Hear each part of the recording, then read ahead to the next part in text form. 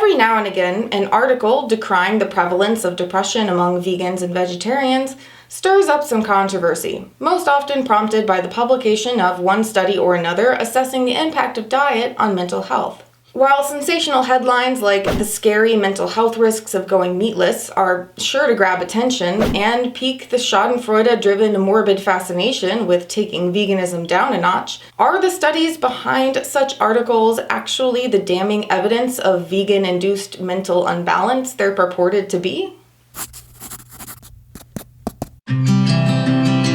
Hi, it's Emily from BiteSizeVegan, and welcome to another Vegan Nugget.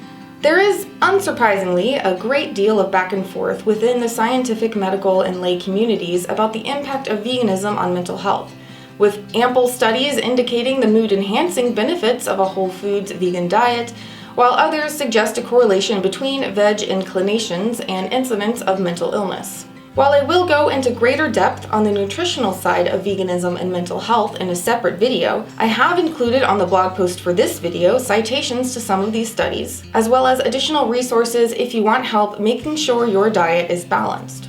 But I'm addressing something in this video that was, for the most part, entirely absent in the hundreds of studies and articles I consulted, save for a few mentions here and there. The reason why, if in fact vegans are by and large more depressed, which I have yet to see any broad enough statistical analysis of, I would not be surprised in the slightest. In focusing on things like the quality of plant-derived long-chain omega fatty acids, all of these studies and articles failed to address the issue of awareness. There are many reasons that people refuse to go vegan, but in my personal opinion, one of, if not the main source of that resistance is the pain of accountability and the trauma of facing the true impact of our choices. Interestingly enough, the two studies behind the sensationalized headline I mentioned stated that participants' mental illness had predated their dietary switch. This of course led to speculation that the experience of a mental disorder increases the probability of choosing a vegetarian diet, and that being a vegetarian is a fairly significant commitment, and it picks up people at the fringe of the obsessive-compulsive spectrum. Essentially meaning you have to be crazy to even go vegetarian, God forbid vegan. Framing veganism as a manifestation of dietary neurosis neglects the true breadth and depth of veganism and the non-dietary motivations for changing one's diet. For example, maybe depressed individuals are by nature more sensitive and empathetic to the suffering of others, influencing both their depressed state and their decision to go vegan. There is one preliminary study that ventured into this area, using functional MRIs to observe and compare the brain activity of omnivores and ethical vegetarians and vegans as they viewed scenes of alternatively human and animal suffering. While admitting their study's own limitations, their results suggested higher empathy for non-human suffering amongst ethical vegans and vegetarians than within omnivores.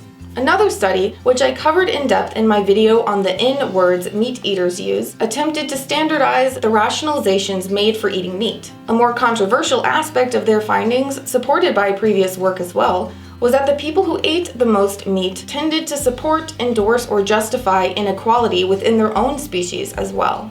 Denial and justification do function as protective measures. The true awareness of the horrors we inflict upon non-human animals, of the destruction we've wreaked upon the environment, and the damage we've brought upon our own bodies and those of our children can prompt both a shift to veganism and an understandable state of depression. I don't know if I've ever heard of a vegan conversion story devoid of emotional strife. Of course, once we've gone through the pain of confronting our own part, we have the pleasure of watching the vast majority of the world, including our own friends, families, and loved ones, continue to participate in what we now clearly see as the enslavement, torture, and murder of innocent beings and decimation of our planet. Perhaps we see their health declining as they eat themselves to death. If you're non-vegan and find this a bit hyperbolic, you're not alone.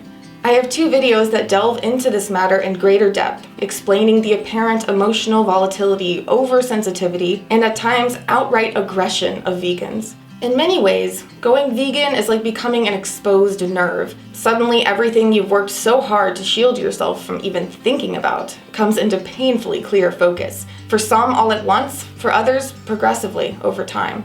Many vegans, whether consciously or not, start to rebuild their protective insulation, understandably finding it all too much to bear. If any of us were ever to be fully and completely aware of what's happening every moment in this world, we'd literally be driven insane. Activists working on the front lines every day are exposed to a level of trauma rivaling any war zone. Whether undercover at slaughterhouses, hearing the horrific cries of pigs in gas chambers, seeing the terror in the eyes of cows in knock boxes, watching sentient beings bleed out, gasping through torn tracheas, standing by as billions of male chicks are ground up alive in the egg industry, infiltrating the dog meat industry where unspeakable torture of many species is standard practice, or bearing witness outside of a slaughterhouse, watching truck after truck after truck carry terrified beings to their brutal deaths, striving to educate and inform a widely uninterested, even apathetic and at times aggressively resistant public to the lies they've been told and the realities they've denied. For many, being vegan means seeing what we don't want to see, what our entire society strives so profoundly hard to block out and ignore. And even when it is thrust out into the open, whether through undercover footage and documentaries, solid scientific evidence on the medical and environmental fronts, or the overturning of a livestock truck, literally spilling out into the open the very individuals we want so much to remain hidden so we can eat their bodies without thinking of their faces. Even then, when the truth is so blatantly exposed, we have well-practiced denials at the ready.